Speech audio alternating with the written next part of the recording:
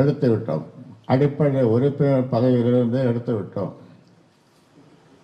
அவரோடு சேர்ந்த சில ஒரு கூட்டங்கள் பொய்யா பேசுவது, இட்டுக்கட்டி பேசுவது, ஏளனமாக பேசுவது, மனம் புண்படும்படி பேசுவது, என்னை மட்டுமல்ல 26 ஆண்டு காலம் ஓய்வின்றி உழைத்து வருகின்ற ஜே.கே. மணி கௌரவ தலைவர் ஜே.கே. மணி அவர்களை வசைபாடுவதை நாளும் தொழிலாக கொண்டு செய்து வருவது, இப்படி அரசியல் அப்படி போன அந்த பொய்யர்கள் கூட்டம் அரசியல் பேசாமல் என்னை அரசியலிருந்து ஒழித்து விட வேண்டும் என்ற நோக்கத்தோடு எதையோ பேசுகிறார்கள்.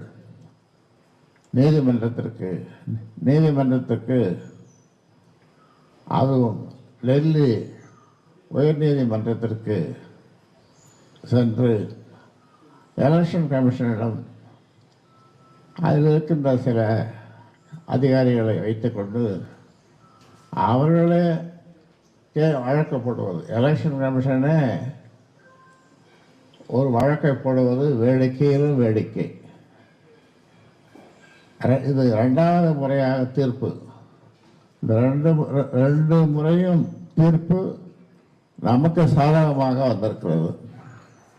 அதனாலே நீதிபதிகள் கேட்டிருக்கிறார்கள், நீங்கள் ஏன் வரீங்க இந்த பழக்கத்துக்கு, நீங்கள் ஏன் போடுறீங்கன்ட்டு. அவங்களால பதில் சொல்ல முடியல. அந்த தீர்ப்பின் சாராம்சத்தை நம்முடைய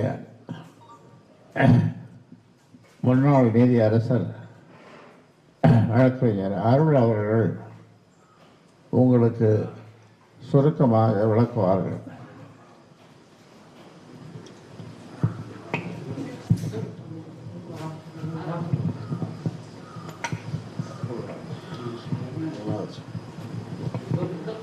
அதாவது ஊடக தர்மம், ஊடகத்துக்கென்று தர்மம் எத்தனையோ தர்மம் இருக்கு, அது ஊடக தர்மம் என்று சொல்லுவார்கள். அந்த தீர்ப்பு அங்கே வெளியானது.